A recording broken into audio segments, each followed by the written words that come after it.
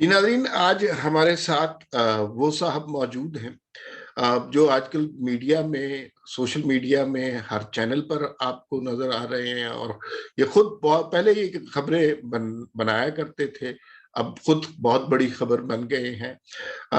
Secretary इत्तलात थे तहरीके इंसाफ के।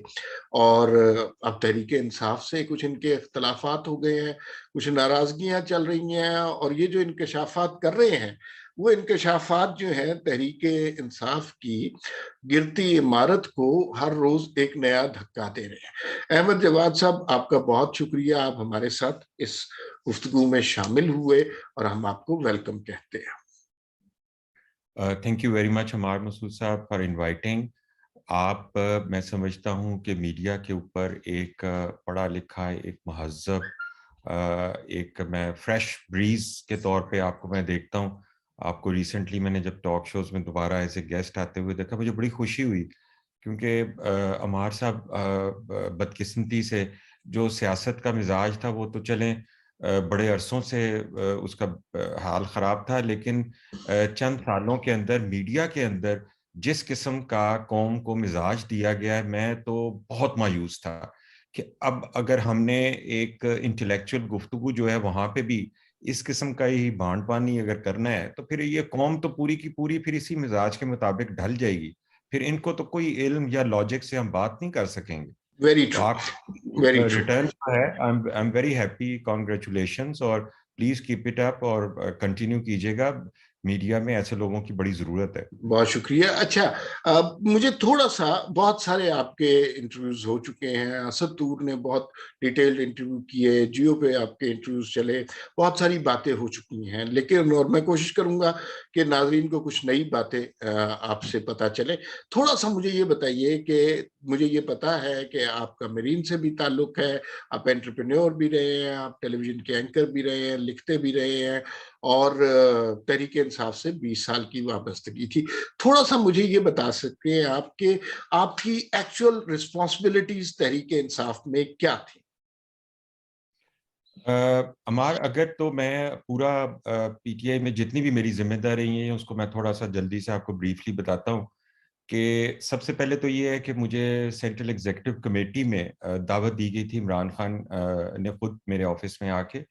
और ये 2000 आई थिंक 2 या 3 उसके अवाइल की बात है। और उससे पहले मैं इमरान खान के साथ जो है सिर्फ एक आप कह लें कि फैन फॉलोअर, क्रिकेट के हवाले से, शौकत खानम के डोनर के हवाले से, और उनको फॉलो करता था, उनके पास जाता भी था, मिलता भी था, उनके साथ एक रखा हुआ था रिलेशनशिप। लेकिन उसके बाद मैंने इनकी पार्टी को ज्वाइन कर लिया, आगाज सेंट्रल एग्जीक्यूटिव से कमेटी से किया, फिर इसके बाद मुख्तलिफ जिम्मेदारियां दी गई। एक दफ़ा स्ट्रक्चर और ऑर्गेनाइजेशन की जिम्मेदारी भी दी गई। अंदलीब अब्बास साहिबा लाहौर से तशरीफ लाई और उन्होंने एक डे लॉन्ग वर्कशॉप की कि पार्टी को ऑर्गेनाइज कैसे करना है। तो जब सब कुछ हो गया शाम को, उन्होंने कहा कि आई नीड अ पर्सन जो इसको इम्प्लीमेंट करे। तो खान साहब ने मेरी तरफ इशारा करते हुए कहा कि मेरी पार्टी में तो यही है जो ऐसा काम कर सकता है। तो वो फिर जो पूरा कॉन्सेप्ट था दिलीप अब्बास साहबा ने कहा था, वो मेरे हवाले किया गया।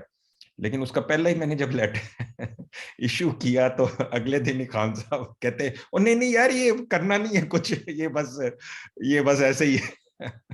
अच्छा, तो इसके अलावा मीडिया और सोशल मीडिया भी आप देखते थे? जी, फिर उसके बाद मैं प्रेसिडेंट बहावलनगर भी रहा, और बहावलनगर को भी एक प्रोडक्ट बनाने में भी मेरा ही हाथ है। उस वक्त पीटीआई वहाँ का नामो निशान नहीं था। फिर मुझे मीडिया सेल की जिम्मेदारी दी गई। तो जब मैं मीडिया सेल के उसमें है क्या, तो उसमें आप यकीन करें, ये 2010 के आसपास की बात है कि एक प्रॉपर लैपटॉप नहीं था।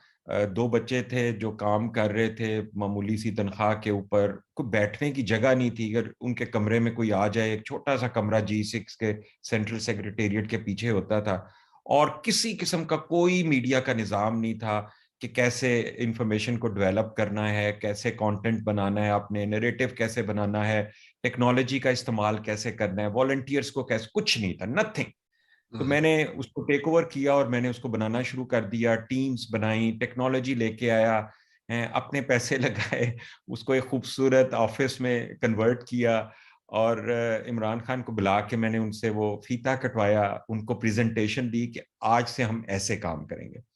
और उस वहां से मेरा पहली दफा पीटीआई की सोशल मीडिया टीम के साथ राब्ता हुआ। बड़े अच्छे बच्चे थे, उसमें आईटी और टेलीकॉम के प्रोफेशनल थे, और कोई रिकग्निशन नहीं थी उनकी। आपको पता है वैसे भी 2010 तकरीबन जो है सोशल मीडिया इतना कोई पाकिस्तान में इसको अभी खास तौर पे जो नहीं आगे देख सकते, तो उनके लिए ये कोई ऐसी चीज नहीं थी। तो मैं उनको लेके खान साहब के पास गया, उनको सर्टिफिकेट्स दिलवाए, और खान साहब को बताया कि ये आने वाले दिनों में ये बहुत अहम चीज़ है, तो हमें इसको डेवलप करने की ज़रूरत है, इन बच्चों को वॉलंटरीली काम कर रहे हैं, इनको इनकरेज करने की ज़रूरत है, ये वो। So I was the first one जिसने उनको रिकग्नाइज करवाया। और उसके बाद कुछ अर्सा मैं करता रहा उस मीडिया सेल में काम, लेकिन फिर जिस तरह से पीटीआई के अंदर हादसाती तौर पे जो ओहदे आगे पीछे होते हैं, और आजकल मेरे ऊपर एक बड़ा इल्ज़ाम लगाया जाता है जी कि ओहदा नहीं है। मैं तो 20 साल से पीटीआई के अंदर ओहदे रखने के बाद, उनको एक प्रोडक्ट बनाने के बाद प्लेट में रख के वापस देने का आदी हूं। मैंने तो जितने मुझे आज तक जिम्मेदारियां मिली हैं, मैंने तो जब वो चीज बन जाती है, क्योंकि दावेदार इतने पैदा हो जाते हैं जब एक अच्छी चीज बन जाती है, तो मैं इस कश्मकश से हमेशा घबराता हूँ कि जी जिसमें छीना झपटी हो रही हो। हाँ, मुझे आप कोई काम देंगे, मैं प्रोफेशनली करूंगा पूरी फ्रीडम के साथ, लेकिन जब ये छीना झपटी, लोग आगे पीछे खींचा तानी, तो मैं ऐसे माहौल में मैं नहीं, मैं फिर खुद पीछे हो जाता हूँ। तो तो अब मैंने तो कौन देख रहा है, अब कौन देख रहा है मीडिया, उनका तरीके इंसाफ का? सोशल मीडिया तो अवाब अलवी नहीं चलाते थे, आरिफ अलवी के बेटे। जी, उनका भी इसमें रोल रहा है, काफी और भी बच्चे हैं, लेकिन आजकल तो प्राइम मिनिस्टर के अपने नीचे एक सेल है सोशल मीडिया का, जो कि अरसलान खालिद जो है, डॉक्टर अरसलान खालिद, वो इसको चला रहे हैं। पहले भी वही काफी एक्टिव थे, और भी हैं, इमरान गजाली है, he is a good boy और प्रोफेशनल लड़का है। लेकिन देखें अम्मार, मैं आपको बताऊं कि मेन रीजन मैं आपको बता दूं, हम गालबन ये नहीं कह सकते कि अरसलान खालिद जिम्मेदार है या इमरान गजाली जिम्मेदार है, या वो कामरान एक लड़का है प्रोफेसर कामरान, वो इसका जिम्मेदार है, या कोई और। मैं देखें, एक ऑर्गेनाइजेशन का लीडर अपने तर्ज अमल से अपने ऑर्गेनाइजेशन में काम करने वालों को एक इनडायरेक्ट मैसेज दे देता है कि आपने काम कैसे करना है। जब हमारी ऑर्गेनाइजेशन के अंदर हमारा लीडर जो है, जब कोई गाली गलोच करके आए, या कोई गलाजत या कोई बदतमीजी और तहजीब, और उस पर वो खुश हो और उसको शाबाश दे, तो उसका क्या मतलब होता है? वो पूरी ऑर्गेनाइजेशन के लिए एक मैसेज होता है कि this is the way we have to work, वो इनकरेज करते हैं। और एनकरेज करते हैं। देखो ना, ये एक हौसला अफजाई होगी ना। तो हम अपने अगर मजहब के अंदर देखते हैं, तो नबी पाक का जो इखलाक है, वही हमारे लिए बन जाता है ना तर्ज अमल, कि हमने ऐसे करना है, इस तरीके से हमने जिंदगी गुजारनी है और इखलाक से जवाब देना है। हाँ। लेकिन इमरान खान के अंदर जो है, ये जो एग्रेशन है, जिसका मुजाहरा आपने कंटेनर के ऊपर भी देखा, और जब ये कंटेनर पे चढ़े हुए थे अमार, मैं थ्रू आउट उसके दौरान खान साहब को कंटिन्यूसली मैसेज करता रहा हूं। और मैं कंटेनर पे सिर्फ एक दफा गया हूं, और आखिरी दफा जब 25 बंदे इनके सामने खड़े थे, तो उनमें जाके मैं खड़ा हो गया था। मुश्किल वक्त में वैसे ही मैं लोगों के साथ खड़े होने का मेरी पुरानी आदत है। तो उसमें भी मैं उनको यही कहता रहा हूं, उनको एडवाइस करता रहा हूं कि ये आप ठीक नहीं कर रहे, जिसपे वो नाराज होते हैं। असल में हर वो बंदा पार्टी के अंदर जो उनको ऐसा मशवरा दे जो उनके मिजाज के अगेंस्ट हो, जिस तरह से वो चाहते हैं कि जो जिस तरह से मैं सोच रहा हूं उस तरह के अगर मशवरे आए तो ठीक है, लेकिन जो मशवरा ऐसा हो उस ऐसे शख्स को पसंद नहीं करते, अवॉइड करते हैं उसको। इस पे लंबी लाइन है। ये वाइस एडमिरल जावेद इकबाल जो हैं, ये सेंट्रल एग्जीक्यूटिव कमेटी में जो ये हशर करते थे, तो इमरान खान की कोशिश होती थी इनको बुलाया ना जाए, इनको सुना ना जाए, किसी तरीके से इनसे जान छुड़ा ली जाए, वो फिर छुड़ा भी ली। इसी तरह से अकबर शेर बाबर है, इसी तरह से हामिद खान है, जस्टिस वजीउद्दीन है। ये ऐसे लोग हैं क्या कि वजह है कि ये सारे लोग जो इमरान खान की स्ट्रगल में बड़े करीब रहे, फिर आहिस्ता आहिस्ता उनसे दूर हो गए? इमरान खान उनसे जान छुड़ा लेते हैं, या वो लोग इमरान खान के झूठ से तंग आ जाते हैं? देखिए, दोनों चीजें हो जाती हैं। एक तो ये है कि इमरान खान को जब पता चल जाता है कि यार जैसे मुझे अब कई ऐसे लीडर हैं जो इस दुनिया में भी नहीं है जिनका मैं कहता हूँ इतनी कंट्रीब्यूशन है, तो वो कोई अच्छा मैसेज देते थे तो 10 बंदों में बैठ के मैसेज खोल के कहते थे देखो यार ये कितना बड़ा बेवकूफ है ये चूंकि कॉर्पोरेट सेक्टर में रहा हुआ है ना तो इसको सियासत का पता नहीं है, देखो ये क्या बकवास कर। तो ये एक इनका एक मिजाज है जो चीजों को देखने का, उसमें फिर ऐसे लोगों के लिए बड़ी स्पेस कम रह जाती है, क्योंकि ऐसे लोग या तो अपने आप को उस कन्वर्जन से गुजार लें और उनकी तरह के जो टीम में दूसरे लोग हैं बन जाएं, या फिर ये है कि वो पीछे हट जाएं। अच्छा, तो आपके ये बुनियादी चंद बुलेट पॉइंट्स में अगर हम आपसे बात करें, चंद बुनियादी इख्तलाफात आपके क्या हुए जिसकी वजह से नौबत यहां अमार तक पहुंची? जी, अमार देखें, इख्तलाफात और नाराजगी ये दोनों अल्फाज जो हैं मेरे इस फैसले के पीछे है ही नहीं। मेरा ओके। उनसे कोई ज़ाती इख्तिलाफ नहीं है, मैंने किसी चीज के ऊपर उनके साथ मेरा कोई इख्तलाफ ही कोई नहीं है, सिवाय इसके कि मैं उनको पिछले 3.5 साल से पाकिस्तान के हर सेक्टर के हवाले से फीडबैक्स भेज रहा हूँ, मुख्तलिफ हालात के हवाले से फीडबैक भेज रहा हूँ। और मैं जो एक स्पोक्स पर्सन मीटिंग में इसको अगर आप इख्तलाफ कह सकते हैं कि मैं जो चाहता था या करना चाहता था वो ये था कि हम जब अपोजिशन में थे तो हमारा काम था तनकीद करना, लेकिन जब हम हुकूमत में आ गए हमारा काम है परफॉर्म करना और डिलीवर करना, और अपोजिशन का काम है अब तनकीद करना। हमने अपोजिशन से हुकूमत में आने के बाद अपोजिशन वाला काम नहीं छोड़ा, हम उसी में लगे रहते थे। 2-2 घंटे की स्पोक्स पर्सन मीटिंग में आप सोचें कि एक प्राइम मिनिस्टर अपना कितना वक्त जाया करते थे। और वो स्पोक्स पर्सन कौन से थे? वो सारे के सारे ऐसे थे कि एक सिरे से लेकर दूसरे सिरे तक तारीफों के पुल अच्छा, उसमें के जो बाद। स्पोक्स पर्सन है उसमें कुछ सहाफी भी थे, वो कौन कौन से सहाफी थे? देखें, जो ऑफिशियल लिस्ट है उसमें तो स्पोक्स पर्सन के नहीं है वो सहाफी, लेकिन एज ए जिसे कहते हैं मेहमान अदाकार के तौर पे वो कौन कौन से इस- ज्यादातर जिनका ज्यादा चक्कर रहने लगता दें था, बैठक होती अमार, थी? हाँ अमार वो रहने दें इसलिए ओके, कि ठीक है। हाँ क्योंकि वो एक शायद अपनी प्राइवेसी में आते थे तो मैं ठीक है, उनको ठीक है। मैंने अच्छा, हाजिरी मुझे दिखाई। ये बताइए, ये जो है ना, एक जमाने में पीटीआई का सोशल मीडिया बड़ा एक्टिव था, और मेरे पास कुछ इन्फॉर्मेशन भी है कौन लोग चला रहे थे उस जमाने में। जो अब करंटली अपोजिशन है, उसके खिलाफ बड़े गलीज किस्म के ट्रेंड बनते थे, वो आपको पता ही है। कभी मरियम नवाज के खिलाफ, कभी बिलावल के खिलाफ, कभी नवाज शरीफ के खिलाफ। तो ये मैंने सुना है, और मुझे correct me if I am wrong, कि ये बैठ के बड़ा सोच समझ के ये लाइनें डिवाइस की जाती थी, ये गालियां तख्लीक की जाती थी। Is that correct? और अगर ये करेक्ट है तो who was the brain behind it? देखें, तरीकाकार पूरा एक इसका व्हाट्सएप ग्रुप बने होते हैं, उसके अंदर एडमिन होते हैं, वो एक दिन का एजेंडा देते हैं, टारगेट आइडेंटिफाई होता है, उसके लिए कुछ लाइनें लिखी जाती हैं, उसके बाद टाइमिंग का आगाज होता है, एक हैशटैग इजाद किया जाता है, उसके बाद ये ग्रुप जो है तो 250 का एक व्हाट्सएप ग्रुप में, अगर ये एक दो और ग्रुप के साथ है तो ये 500 लोग हो जाएंगे, 600 हो जाएंगे।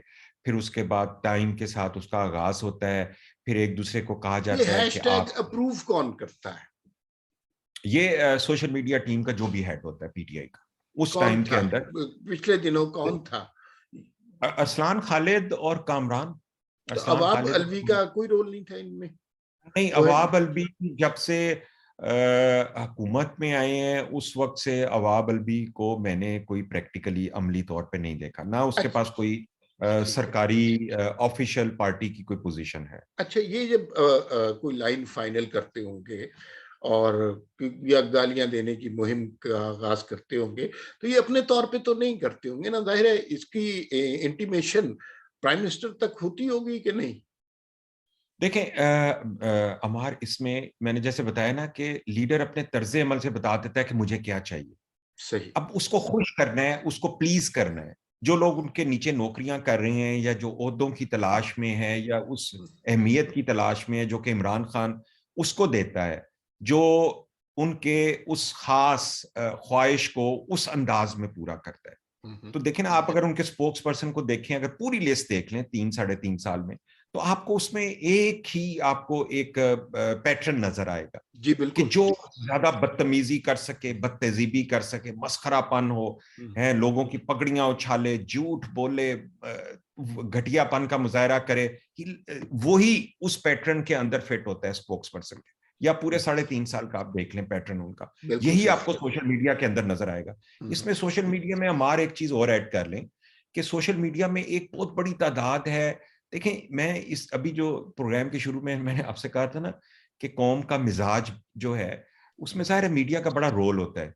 तो जी जब मीडिया के अंदर भी टॉक शोज का मिजाज जो है वो एक तमाशे की तरह हो जाए, तो जो अवाम होती है वो भी तमाशबीन बन जाती है ना।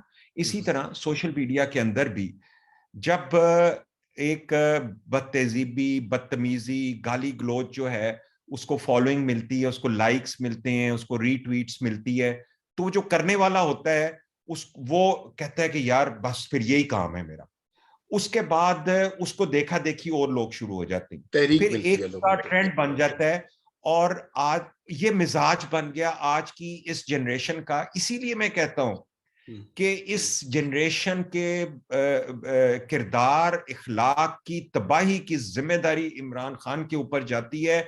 इसने एक जो कि डिजिटल जनरेशन का हम कह सकते हैं जो आगाज हुआ, उसमें जाहिर है ये माइक हाथ में आया, ठीक है, तो उसके बाद तरबियत तो थी कोई नहीं, लेकिन एक ऐसा लीडर आया जो बहुत क्रिस्मेटिक था, दुनिया उसको फॉलो करती थी, और उसने उनको ये अंदाजे गुफ्तगू दे दिया कि इस तरह से बात करनी है, इस तरह से लड़ना है, इस तरह से पगड़ियां उछालनी है।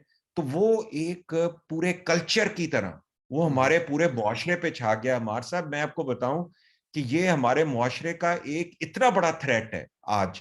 आप कोई बात अगर कर देते हैं पीटीआई के अगेंस्ट, चाहे वो मरियम नवाज हो, चाहे वो आसमा शराजी हो, कोई खातून हो, कोई मर्द हो, जिस तरीके से अटैक किया जाता है, वो आप वो कमेंट्स नहीं पढ़ सकते। वो कोई माँ बहन जी जी। या फैमिली का हमारे बंदा वो ट्विटर के नहीं नीचे पढ़ भी जो सकता। कमेंट्स है ना, वो हम जी, भी नहीं पढ़ते हैं। ये कमेंट्स जो हैं इस वक्त आप सोशल मीडिया पे जाएं तो 90% इस किस्म के, जिनको आप चाहे एक्टिविस्ट के, पीटीआई के, चाहे वॉलंटियर के, क्योंकि जो पीटीआई की सोशल मीडिया टीम से आप बात करते हैं, मेरे से भी राब्ते में है, तो मैंने उन्हें कहा कि यार देख लो आप लोग मेरे साथ क्या कर रहे हो इस वक्त। तो वो कहने लगे कि सर ये हमारे नहीं है। तो मैंने कहा यार अगर आपके नहीं है तो फिर आप और मैं मिलके इनको आइडेंटिफाई करते हैं ना। फिर ये आप आपके क्रेडिट में तो इसलिए जा रहे हैं कि ये आपका बयानिया लेके चल रहे हैं पीटीआई बिल्कुल का। दुरुस्त है। लोग तो इनको लेबल करेंगे पीटीआई के साथ। इन्होंने ठीक। झंडे लगाए हुए हैं अपने प्रोफाइल के ऊपर, इन्होंने इमरान खान की तस्वीरें लगाई हुई हैं, फिर ये गाली गलोच करते हैं, बदतहजीबी करते हैं, तो फिर हम इनको किसका कहें कि ये स्पोक्स पर्सन है बिल्कुल या सही। बिल्कुल सही एक्टिविस्ट है। है। अहमद, एक आपका चूंकि मीडिया से ताल्लुक है, अब सब बात मीडिया की शुरू होगी।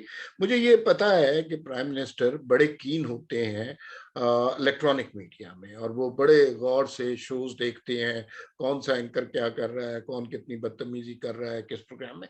एक 2018 से पहले एक बाकायदा मुहिम के तहत हम ये समझते हैं कि एक खास तरह के एंकर्स को, एनालिस्ट को स्क्रीनों से अलग कर दिया गया था। नुसरत जावेद है, तलत हुसैन है, और बहुत सारे, मतीउल्लाह जान है, ये बहुत सारे लोग हैं जो स्क्रीनों से अचानक गायब कर दिए गए।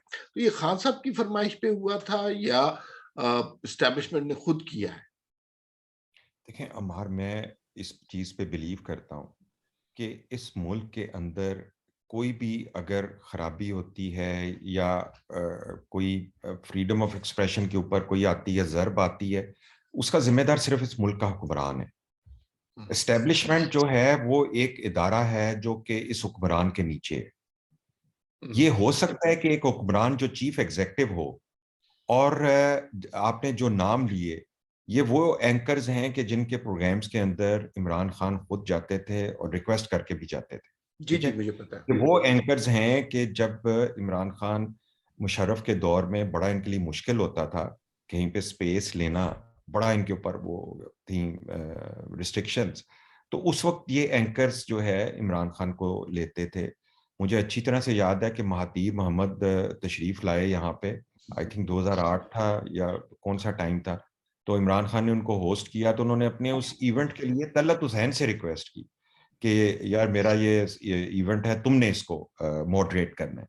तो ये इनके तल्लक। तो क्या एक प्राइम मिनिस्टर के तौर पे उनको नहीं पता कि जब से वो हुकूमत में आए हैं, उनकी हुकूमत में अम्मार मसूद को नौकरी नहीं करने दी जा रही, तलत हुसैन को नहीं करने दी जा रही, हामिद मीर को नहीं करने दी जा रही, मतीउल्लाह जान को नहीं करने दी जा रही? और अगर नहीं करने दी जा रही, इसकी क्या वजह है? इनको कौन मना कर रहा है? अच्छा, तो ये प्राइम मिनिस्टर ने खुद मतलब जब आया ना 2018, तब हमने देखा कि अचानक जैसे एक बड़ी लेवल प्लेइंग फील्ड दे दी गई है, मीडिया में तनकीद करने वाले नहीं रहे, अखबारात में कॉलम छपना इमरान खान के खिलाफ बंद हो गए। तो ये जो पिच सेट की थी, ये आपके ख्याल में इमरान खान अपने तौर पर कर सकते थे, या इसमें जो वन पेज का भी हाथ था? सारे चैनल बिल्कुल मौदब हो गए थे, मुस्बत रिपोर्टिंग शुरू हो गई थी। देखें, अब वन पेज का तो देखें अमार, ये आप नहीं कह रहे, मैं नहीं कह रहा, ये इमरान खान खुद कह रहे थे। हम्म, उन्होंने ये हाइब्रिड की इस्तेलाह खुद इस्तेमाल की। उन्होंने कहा ये हाइब्रिड जो है सिस्टम बड़ा जी कामयाब रहा बिल्कुल। है। देखिए ना, कितनी मजा का खेस बात है कि वो खुद इस चीज को एडमिट कर रहे हैं कि हम और इस्टेब्लिशमेंट जो है वो एक पेज के ऊपर है। लेकिन जहां तक मीडिया की आजादी का ताल्लुक है, आप वो सारी चीजें छोड़ दें। जो हमारी इंटरनेशनल रेटिंग है, वो 2018 के बाद जिस तरह से नीचे गई है, एक तो वैसे ही हम बॉटम पे थे, ठीक हम्म, है, उसके बाद इस दौर में वो मजीद नीचे चली गई। इमरान खान तो कहते थे, मुझे इनकी तकरीर के अल्फाज याद है, कि सिर्फ एक करप्ट हुक्मरान जो होता है वो मीडिया से डरता है। हम्म, तो क्या इमरान खान करप्ट है हम्म, कि उनके दौरे हुकूमत में आप अगर हामिद मीर या तलत हुसैन या मार मसूद या मतीउल्लाह जान, कोई भी एंकर जो है, अगर वो टीवी पे आएगा तो आपको किस बात का खौफ है? सही। तो आप लेवल प्लेइंग फील्ड होनी, जो काम कर सकता है वो काम करे। हम्म, ये क्या तरीकाकार है? लेकिन जब आप इस तरह की लाइंस ड्रॉ करेंगे, मैं ये समझता हूं, जब आप इस तरह की लाइंस ड्रॉ करते हैं तो इसके बड़े दूरस्थ नताइज होते हैं, बड़े खतरनाक नताइज होते ठीक है, मैं हैं। उसके पहले वाले नताइज पे हम बाद में आएंगे और हम डिटेल से बात करेंगे। मैंने कहा ये जो मैदान सेट किया था, ये इमरान खान की कुछ आपको इल्म है, चूंकि आपका मीडिया से ताल्लुक है, किस किस ने मदद की थी इस सारे मीडिया को उनके लिए सेट करने के लिए? कौन से बड़े नाम थे ऐसे? देखें, इसमें अम्मार, मैं चूंकि प्राइम मिनिस्टर बनने के बाद उन्होंने अपना प्राइम मिनिस्टर हाउस से जो भी वो पॉलिसीज या कोई हम्म, स्पेशल इंस्ट्रक्शंस होती थी, उनमें हम शामिल नहीं होते थे। ठीक है। उसमें आजम खान हर उस मीटिंग का, हर ऐसी चीज का वो हिस्सा होते थे। हम्म, और इसके बाद उन्होंने मिनिस्ट्री ऑफ इंफॉर्मेशन यके बाद दीगरे जिन लोगों को दी। हम्म, अगर आपने आज ये पता करना हो कि मीडिया के हवाले से इमरान खान ने क्या क्या, कब कब, क्या क्या इंस्ट्रक्शंस दी हैं, हम्म, तो वो सारी की सारी इंस्ट्रक्शंस जो हैं, वो इनके 3.5 साल में जो भी हम्म, इन्होंने नॉमिनेट किए बंदे, ठीक है ना, हम्म, वो वन आफ्टर द अदर जो चलते रहे, ये वो बंदे थे जिनके जरिए के इमरान खान ने इस किस्म की पॉलिसी जो है वो इम्प्लीमेंट करने में कामयाब हुए। आसिफ जिन गफूर साहब की भी शमूलियत थी? मैंने कभी, मेरी ना उनसे मुलाकात हुई और ओके। ना मैं जानता हूं, लेकिन मुझे ये पता है कि जब एमडी पीटीवी का फैसला होना था, तो उन्होंने फाइल जो थी वो आसिफ गफूर साहब के पास भेजी थी कि आप इसके बारे में फैसला करें। तो फैसला वहां से होके आया था। ठीक, बिल्कुल सही है। अच्छा, मुझे ये बताइए कि इमरान खान को 20 साल से आप जानते हैं, हम सारा पाकिस्तानी उन्हें जानता है। इमरान खान जब अपने स्ट्रगलिंग फेज में थे, तो वो बड़े एंटी एस्टेब्लिशमेंट आदमी थे। वो बड़े बड़े बयानात दिया करते थे कि असल में ये एस्टेब्लिशमेंट ये करती है, ये सियासतदानों को खरीद लेती है, वजीर आजमों के ऊपर अपना रोल दिखाती है। तो फिर उसके बाद इमरान खान वजारत उस्मा, आपने वो स्ट्रगल का सारा फेज यकीनन देखा होगा, आप बड़े क्लोज थे उनके। और बल्कि वो उनका एक बयान जो काफी बेहुदा बयान भी है कि 15-20 हजार लोग इकट्ठे हो जाएं तो जर्नैल पता नहीं क्या होते हैं। तो वो जो है वो उस तरह की इमरान खान साहब की सोच थी। फिर आपने देखा कि जब वो हुकूमत में आए तो वो सोच खत्म हो गई और वो वन पेज के गीत गाने लगे। ये ट्रांजिशन कैसे हुआ इमरान खान की शख्सियत? देखें, जो उनके ख्यालात थे एस्टेब्लिशमेंट के बारे में, मिलिट्री, ये तो जो आपके पास तो वो चीज़ें होंगी जो आप ने मीडिया या सोशल मीडिया पे कहीं पे कोई क्लिप देख लिया, ये या उन्होंने जी कभी बिल्कुल। तकरीर में इज़हार किया, लेकिन हम तो इनफॉर्मल मीटिंग्स में भी बैठ के इन ख्यालात का इज़हार सुनते थे, तो इसमें कोई शक नहीं है वो कि जो वो आप 15-20 हजार लोगों वाली बात की थी, तो वो आप थे उसमें? नहीं, वो बैरूने मुल्क थी, वो वो कहाँ उसमें थी? मैं नहीं था। वो बैरूने मुल्क किसी ओवरसीज चैप्टर के साथ ही, वहाँ के पॉलिटिकल एक्टिविस्ट वगैरह के साथ, but it was not here. तो इसमें कोई शक नहीं है। अब उनका जो ट्रांजिशन है अमार, इट्स वेरी क्लियर नाउ। हम्म। ये अब जो वाकयात हैं, सीरीज ऑफ इवेंट्स हैं, उनको आप देखते हैं तो बुनियादी तौर पे ये बात क्लियर हो जाती है कि इमरान खान सिर्फ और सिर्फ वो प्राइम मिनिस्टर बनना चाहते थे, वो इक्तदार हासिल करना चाहते थे, हम्म। और वो इक्तदार हासिल करने के लिए वो हर कंप्रोमाइज करने के लिए तैयार थे, और उसमें ये कंप्रोमाइज भी उन्होंने किया। और जिसको उन्होंने हाइब्रिड का नाम दिया, जिसको उन्होंने वन पेज का लकब दिया, और बड़ी हंसी खुशी उन्होंने ये इसका इब्तदा की। और मेरा ख्याल है कि पहले 2.5 साल तक तो बहुत वो इस तरीक़ेकार से, इस वन पेज से बड़े खुश थे, और इसी के सहारे वो चल रहे थे। लेकिन फिर लेटली शायद उनको कुछ एहसास होना शुरू हो गया दोबारा से, कुछ एक आध फैसला जो है जिसकी वजह से फिर वो कम्युनिकेशन गैप होता है और फिर कुछ इख्तलाफात आते हैं। किस जगह तो से इसलिए इख्तलाफ कहाँ से शुरू हुआ? मैं तो समझता हूँ कि वही जो अपॉइंटमेंट थी DGISI की, वहां से ही इख्तलाफ नजर आता है। इमरान खान और साहब क्या चाहते थे? देखें, अब आप इसमें बड़ा एक असूली तौर पे चलें, ठीक है, एक चीफ एग्जीक्यूटिव है, उसका हक है, अदारे अपनी लिस्टें भेजें, वो सिलेक्ट करे जिसको करना है, वो तो ठीक है। लेकिन उनका जो उस वक्त इसरार था ना, वो एक खास वजह से था। वो इसरार इसलिए था ताकि वो कुछ चेंजेस करना चाह रहे थे, जैसे EVM था, इंटरनेट वोटिंग थी, कोई पार्लियामेंट की इश्यूज थे, कुछ चीज़ें वो अरेंज करना चाहते थे, और वो चाहते, इसी वजह से वो चाहते थे कि ये थोड़ी सी इनको टाइम मजीद दिया जाए, जो उस वक्त DGISI थे। और उसके लिए उन्होंने अदारे के सरबराह से भी रिक्वेस्ट की हुई थी। लेकिन देखें, अदारे, मैं खुद चूंकि नेवी में रहा हूँ, मुझे इस चीज़ का पता है, अदारे का सरबराह के पास बहुत अथॉरिटी होती है, लेकिन फिर उस अदारे के कुछ ट्रेडिशंस होती हैं और कुछ रूल्स होते हैं। हम्म। तो वो उन्होंने, अदारे के सरबराह ने, उस हिसाब से कि अब आपने कोर कमांडर्स का टाइम जो है वो करना है, वो साइकिल एक पूरा करना होता है, बिल्कुल। वो ड्यूटीज, वो एक क्राइटेरिया होता है, उसके तहत होता है, वो कोई जाति पसंद नापसंद पे इतना नहीं होता। हम्म। तो उन्होंने उसके मुताबिक अपना काम एक अदारे के प्रोफेशनल मेरिट के मुताबिक, तरीक़ाकार के मुताबिक करके, हमेशा की तरह वो इनको भिजवा दिए जी कि ये साहब इधर जाएंगे, कोर कमांडर ये इधर आएंगे, ये इधर आएंगे, जो कि हमेशा से होता है, कोई नथिंग न्यू। हम्म। और वो उनको सूट नहीं कर रहा था। मैं आपको बताऊं कि खान साहब लेटली आके बहुत इनसिक्योर हो गए थे। उनको इस बात का शदीद एहसास हो गया था कि वो अपनी पॉपुलैरिटी खो चुके हैं। उनको इस बात का शदीद एहसास हो चुका था कि हम्म। वो डिलीवर नहीं कर सके। हम्म। और 2023 के इलेक्शन में अगर वो बगैर किसी बैसाखी के अगर वो गए, तो वो इलेक्शंस भी लूज करेंगे और उनकी पार्टी भी बिखर जाएगी। अच्छा, तो इस बात इसीलिए की, इसीलिए वो फैज हमीद को बैसाखी बनाना चाहते थे और नदीम अंजुम के आने से खुश नहीं थे? लेकिन जाहिर है कि जिनके साथ उनका एक कंफर्ट जोन चल रहा था, जिनके साथ वो हफ्ते में एक तस्वीर जो है वो जरूर मीडिया के ऊपर रिलीज करते थे, देखिए ना, ये भी एक कोई अच्छी बात तो नहीं है। बहुत बुरी आप बात है। क्यों आप एक अदारे को अंदर घसीटते हैं और प्राइम मिनिस्टर हाउस से एक तस्वीर रिलीज करते हैं वन पेज और हाइब्रिड का तासुर देने के लिए?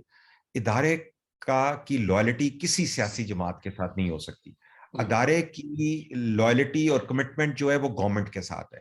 आज अगर इमरान खान की गवर्नमेंट है तो उसके साथ है, कल अगर किसी और की गवर्नमेंट है तो उसके साथ।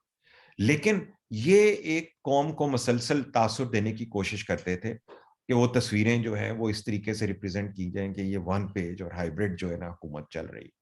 तो ये, इसमें तो कोई शक नहीं है। और वो उनको जाहिर है कि अपने मकासद के लिए इस्तेमाल करना चाहते थे।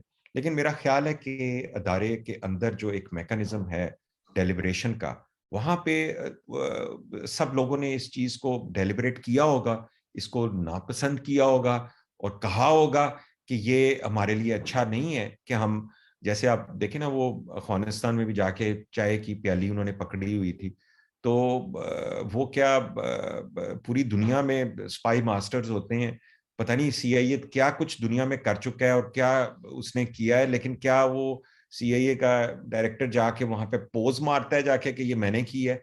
तो आपको तो वहां पे होना ही नहीं चाहिए था, नजर ही नहीं आना चाहिए था आपको। तो इस किस्म की हरकतें जो है ना, वो इदारे ने भी उनको पसंद नहीं किया कि ये हमारे लिए भी बदनामी का बायस है। देखें, कुछ भी आप है। एक मिनट, सॉरी मैं आपकी बात काट रहा हूँ, बहुत माफी चाहता हूँ।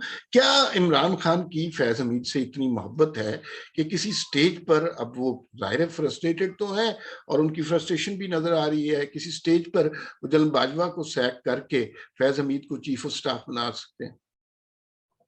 देखिए, अब ये बात आ गई है एक असेसमेंट वाली। हाँ, ये मैं बिल्कुल गेस्टिमेशन है। इसको मैं कोई इंफॉर्मेशन बेस तो कर नहीं सकता, ठीक है ना, हम्म, मैंने तो कोई ऐसी बात नहीं सुनी। असेसमेंट के तौर पे मैं जरूर कह सकता हूँ कि जाहिर है कि जब आप किसी शख्स को इतना अपने लिए कंफर्ट जोन समझते हैं कि आप उसकी अपॉइंटमेंट जो है चेंज होना अफोर्ड नहीं कर सकते, तो फिर आप क्यों नहीं चाहेंगे कि वो आर्मी चीफ बने, ताकि फिर पूरी ताकत जो है वो उस कंफर्ट जोन के तहत आ जाए। but तो this requires a lot of courage, making this decision. तो उनके पास इतनी करेज है कि वो ये डिसीजन कर सकें? देखिए, मैं नहीं समझता कि इस डिसीजन की पाकिस्तान के मौजूदा हालात में कोई गुंजाइश है। हम्म, इसका शायद उन्हें भी एहसास है। वो वैसे तो खालिद बिन वलीद, हजरत खालिद बिन वलीद की मिसालें देते हैं बार बार डराने के लिए। कल भी उन्होंने डराने के लिए एक जो है ना वो फिर मुझे छुरी छोड़ी। निकाला गया। हाँ, तो मैं फिर जो है ना सड़कों पे जो है, तो मैं बड़ा खतरनाक साबित होऊंगा, ये भी एक परसेप्शन उन्होंने क्रिएट किया हुआ। मैं समझता हूँ कि उनके इस किरदार की गुब्बारे से भी हवा निकल चुकी है, वो अपनी साख हो चुके हैं। आज अगर वो ऐसी कोई सूरत हाल हुई ना, तो आप देख लें, पहली कैजुअलिटी तो हो गई है शहजाद अकबर साहब की। ये आप शहजाद जा अकबर को अचानक क्या हुआ? ये तो बड़े देखिए मैं जबरदस्त थे। आई देखिए वॉन्टेड टू मेरे टॉक तो अबाउट इट। देखिए, आप मुझे ये बताएं, मैं जिस दिन से अपने स्टांस पे आया हूं, मैंने सबसे ज्यादा जो एम्फेसाइज की है वो इसी चीज के ऊपर की है। मैंने शहजाद अकबर की प्रेस कॉन्फ्रेंस, एहतसाब का ये तरीकाकार, फिर उस में अगर 3.5 साल के बाद, अब ये मैं एक सवाल कर रहा हूँ ना, ये अब पाकिस्तान की आवाम सवाल कर रही है। आपने जिनको चोर और डाकू कहा था, तो आपने शहजाद अकबर को अनलिमिटेड अथॉरिटी दी, एफआईए दिया, उसके नीचे आईबी थी, मिनिस्ट्री ऑफ इंटीरियर थी, पाकिस्तान का हर अदारा था, वन पेज भी था, हाइब्रिड भी था, अदालतों की भी सिंपैथीज थी। फिर वो चोर और डाकू एक भी नहीं डिक्लेयर हो सका, एक को भी आप अंदर नहीं कर सके, तो फिर दो चीजें हैं, या तो वो आप गलत कह रहे थे और वो मासूम है, ठीक है, या फिर आप नाअहल हैं। दोनों में से एक चीज को एक्सेप्ट कर लें। तो ये एक मैं कहता हूं खुद ही इसके ऊपर फैसला क्या होना था।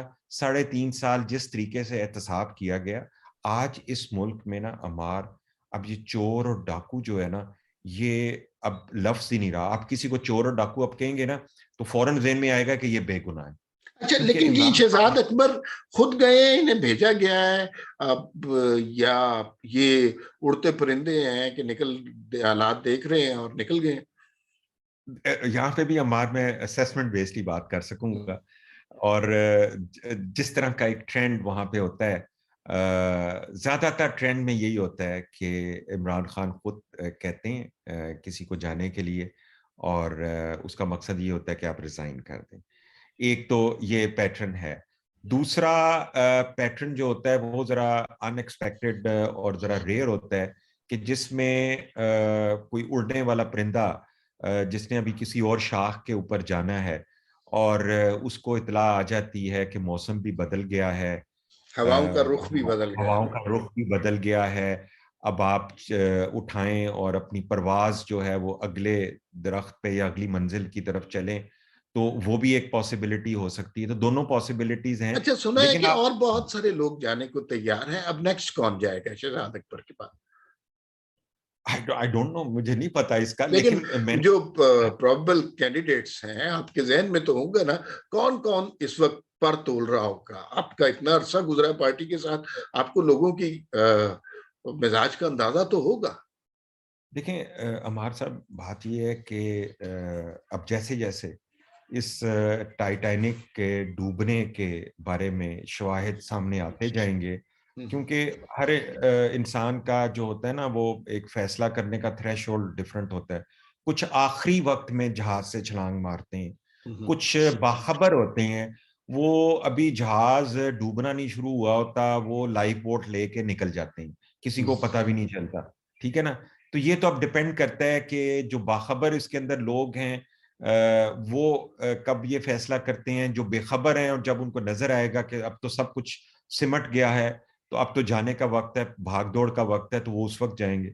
इसलिए इसको हम कोई लिस्ट नहीं बना सकते इसमें। लेकिन मतलब ये लेकिन शाह महमूद कुरैशी, असद उमर, फवाद चौधरी, ये बहुत सारे लोग हैं जिनके बारे में कहा जा रहा है कि ये भी कश्तियां अपनी जला बैठे हैं। आप तो इसमें से आपके ख्याल में कोई ऐसा शख्स हो सकता है जो नेक्स्ट विकेट गिरेगी?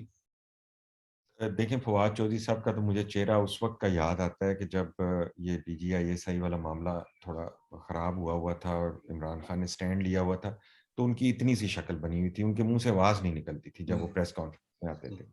इतने वो घबराए हुए थे।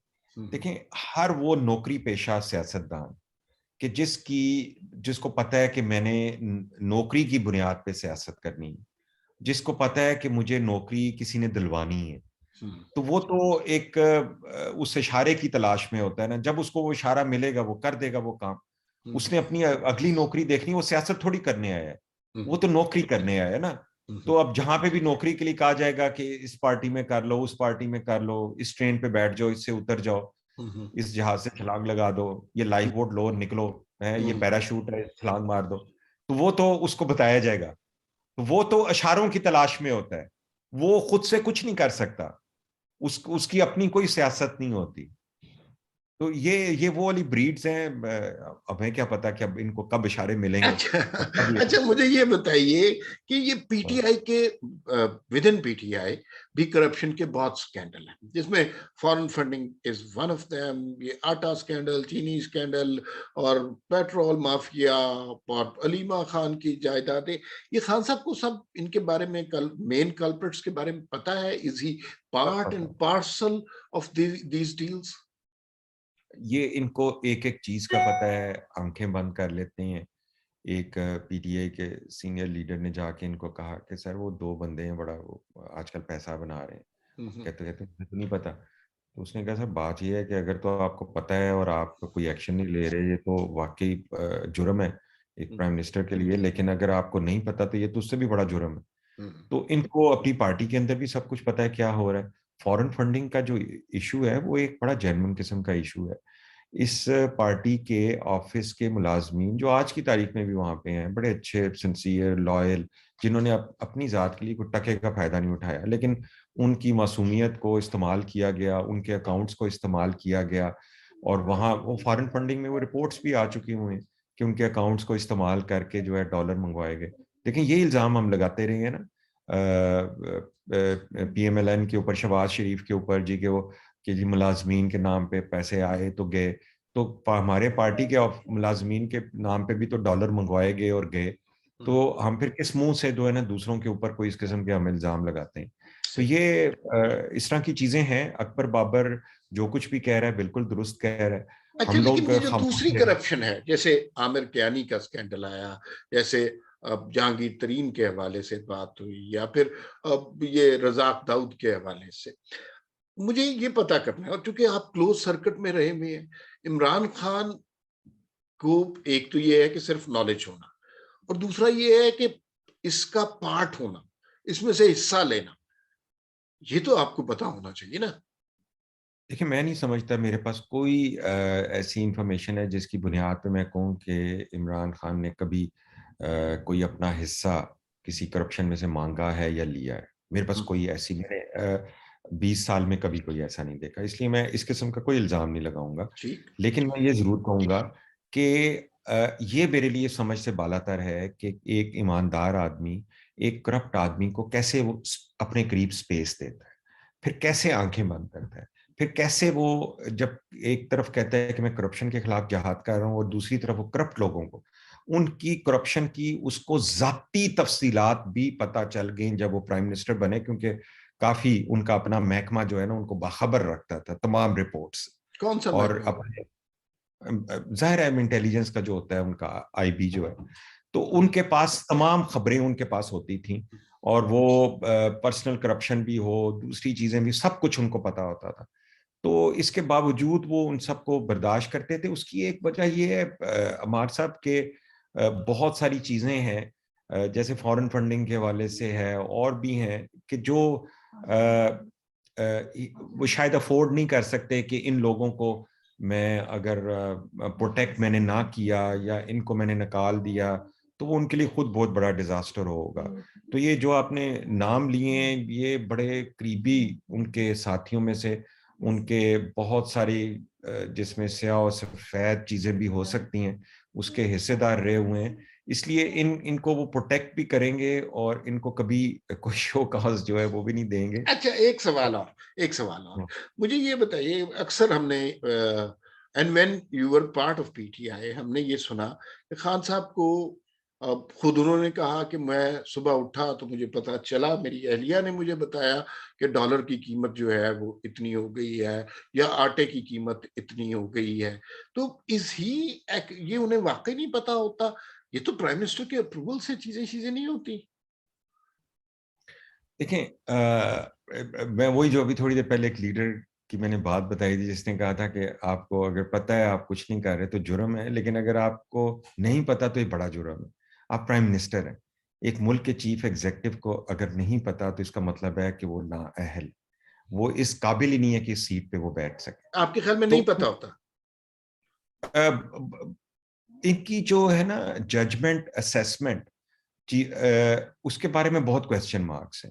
हम्म। ठीक है ना, इनका जो रोल था ना एक अपोजिशन के तौर पे वो तो ठीक था कि जिसमें सिर्फ वो बाउंसर मारने थे और अपोजिशन पे अटैक करना था या उंगली उनकी तरफ करनी थी, वो एक आसान काम था। जब परफॉर्म करने का टाइम आया, जब डिलीवर करने का टाइम आया, तो उनकी जो कमजोरियां थी और वीकनेसेस थी वो सारी सामने आ गई।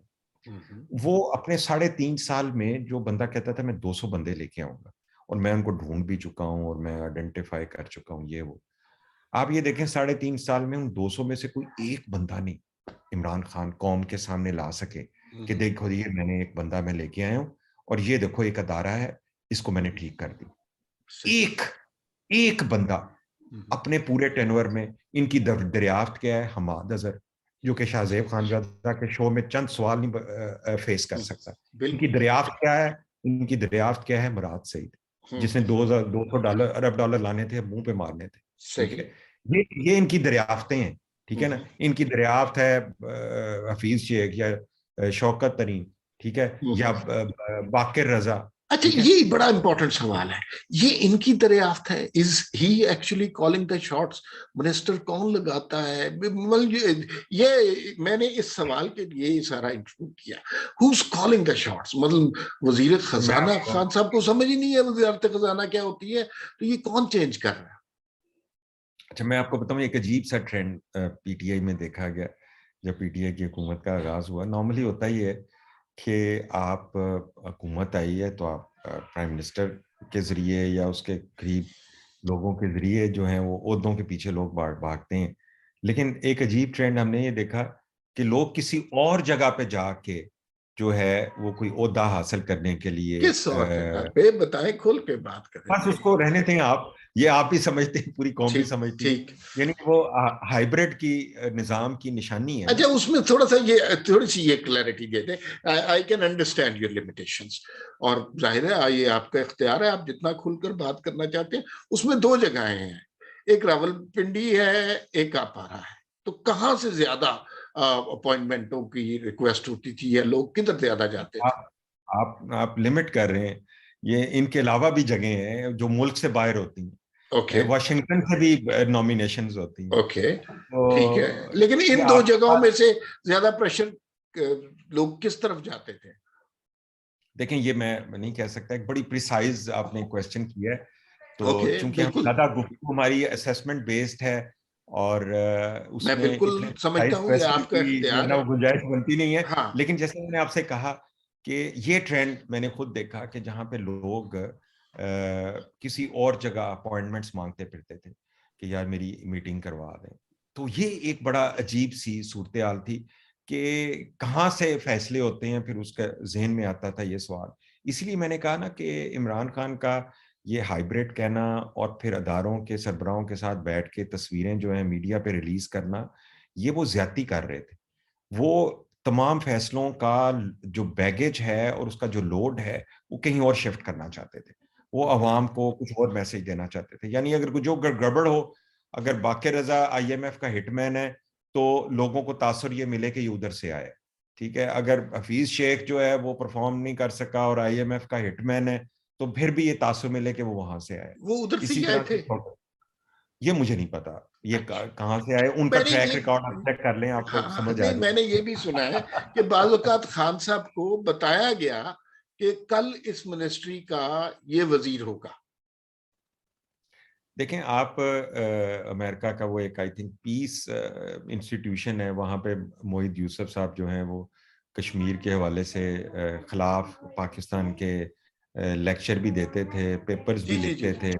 तो फिर उसके बाद पाकिस्तान की कौमी सलामती के हवाले से इस हुकूमत के सरबराह को ख्याल आया कि हमारी सलामती जो है उसका ताल्लुक जो है मोहित यूसुफ पीस इंस्टीट्यूशन के साथ है, तो उनको वहां से लाके आपने कौमी सलामती का अपना रखवाला बैठा लिया। ये खान अब साहब मैं ने क्या, रखा। अब देखिए ना प्राइम मिनिस्टर ही रखता है ना, तो मैं अब इसमें मैं क्या जवाब दूं कि वो किसके कहने के ऊपर रखा। ये तो मुझे नहीं पता, कि वो तो खान साहब को ही पता होगा किसने उनको कहा। लेकिन ये चीजें तो देखें ना एक सर्कमस्टेंशियल बन जाती है ना, कि ऐसे लोग आके हमारी कौमी सलामती जो है उसके फैसले करेंगे, या वो कल तक जो है वो आपके एंटी हों, और आपको नजर आ रहा हो कि अमेरिका के थिंक टैंक्स के बारे में आपको पता होना चाहिए किस तरह से काम किया जाता है, कैसे वो सीआईए फंडेड होते हैं, कैसे वो इंटरनेशनल पॉलिसीज को और पॉलिटिक्स को वो हैंडल करते हैं। एक वहां से आप लाके आप अपनी कौमी सलामती के ऊपर, और फिर आप ये देखें कि आपका इसी दौर के अंदर कश्मीर जो है वो भारत का हिस्सा बन जाता है। ये सारी कुछ ताने बाने आपस में मिलते हुए नहीं अब नजर आते हैं आपको। बिल्कुल सही। इसलिए मैं आपसे कह रहा हूं कि ये हमने इस दौर के अंदर बहुत कुछ खो दिया।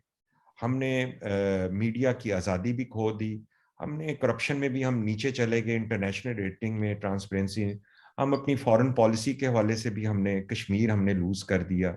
हम अपनी हर लिहाज से मैं कहता हूँ कि हम अपनी इंडिपेंडेंस और इकोनॉमिक इंडिपेंडेंस जो है वो आपके सामने है कि इस वक्त किस सूरत हाल का हम शिकार हैं। और शबर जैदी साहब का अगर आप सुन लें एज एन एक्सपर्ट, तो वो तो कहते हैं कि हम तो हो चुके हुए हैं, अब तो बस ऐसे ही एक कवर अप रखा हुआ है, हमें किसी तरीके से कंटेन किया हुआ है, वरना तो हालात जो हैं वो इतने खराब हो चुके हैं। रेवेन्यू कलेक्शन के बारे में आप उसको डबल ट्रिपल करके आप गलत तरीके से कौम के सामने प्रेजेंट कर रहे हैं, एक्चुअल कुछ और है।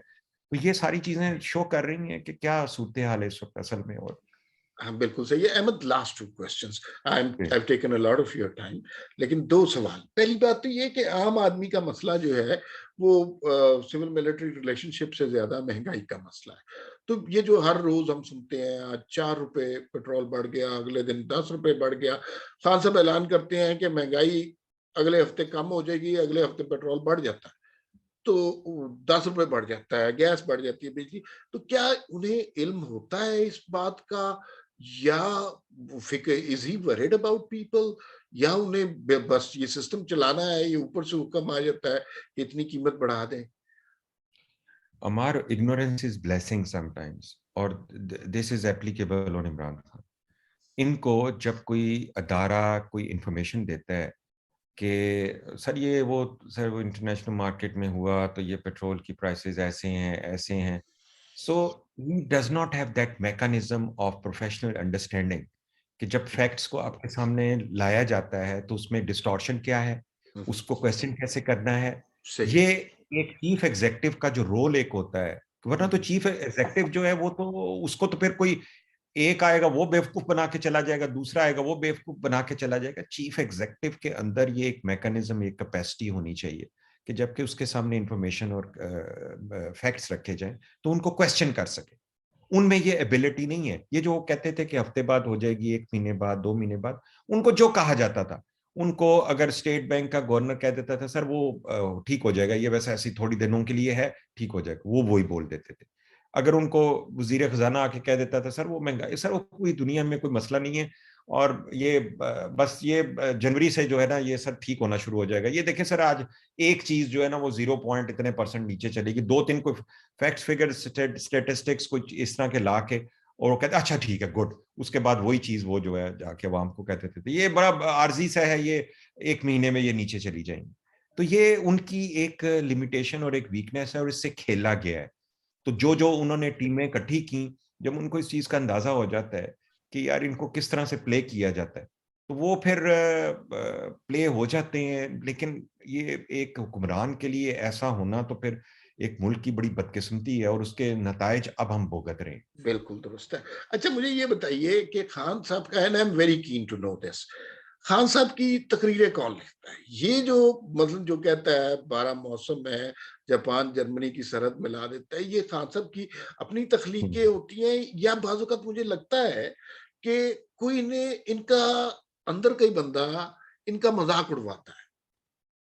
नहीं, तकरीरें हमेशा से इनका जो तरीक़ाकार है वो इम्प्रॉम्प्चू ही है, वो खुद ही जो उनके दिल में आता है वो बोलते हैं।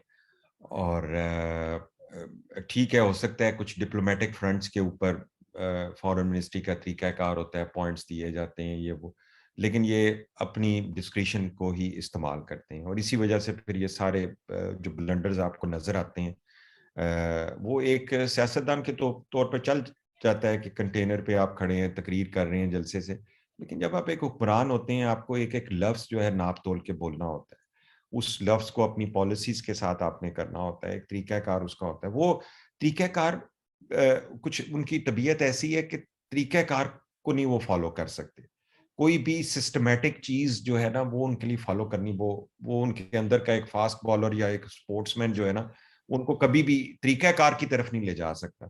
तो वो अपनी मर्ज़ी से जो उनको ज़हन में आए, अभी आप ये जो कल की तकरीर का ये जो डायलॉग है, आप सोचें अब ये कोई समझदार आदमी कभी उनको लिख के दे सकता है कि सर आपने जाके ये करना है। कल से उसके साथ उसके बाद डिज़ास्टर ही है ना, आप देख लें। जी, जी, वो जो एवरी डे फ़िक्रा इज़ अ उन्होंने कहा है, डिज़ास्टर।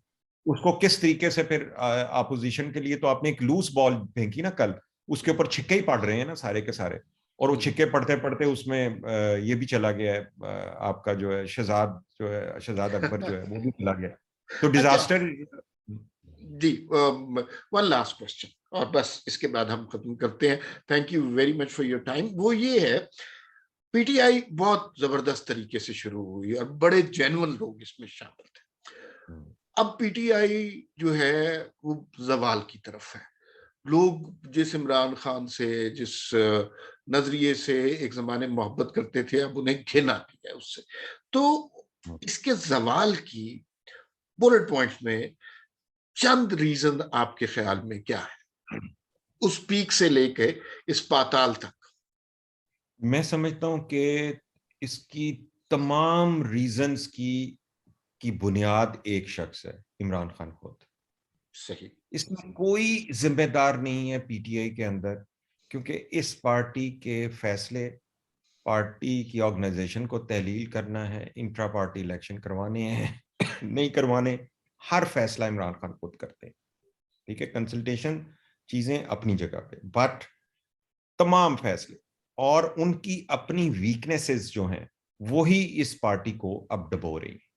इसलिए हम ये कह सकते हैं कि अगर ये पार्टी ज़वाल पज़ीर हो रही है, हो चुकी है और बिखर जाएगी, तो उसका ज़िम्मेदार सिर्फ़ इमरान खान है। इसको अरूज पे ले जाने वाला भी इमरान खान है, इसको ज़वाल पज़ीर करने वाला भी इमरान खान है। इसके अलावा कोई और रीज़न नहीं है। आज आप तहरीक-ए-इंसाफ की लीडरशिप चेंज कर दें इमरान खान की जगह पे, कोई अच्छा लीडर अगर प्रोफ़ेशनल अगर कोई बंदा आ जाए, तो वो फिर इस पार्टी को दोबारा से इकट्ठा कर सकता है। लेकिन उसका चांस नहीं है। वो अपने अलावा किसी और को देख ही नहीं सकते कि हम्म, वो अपने वो इसलिए आप देख लें कि उनकी एक होता है ना एक सेकंड टियर लीडरशिप आप डेवलप करते हैं ये वो होने ही नहीं देते।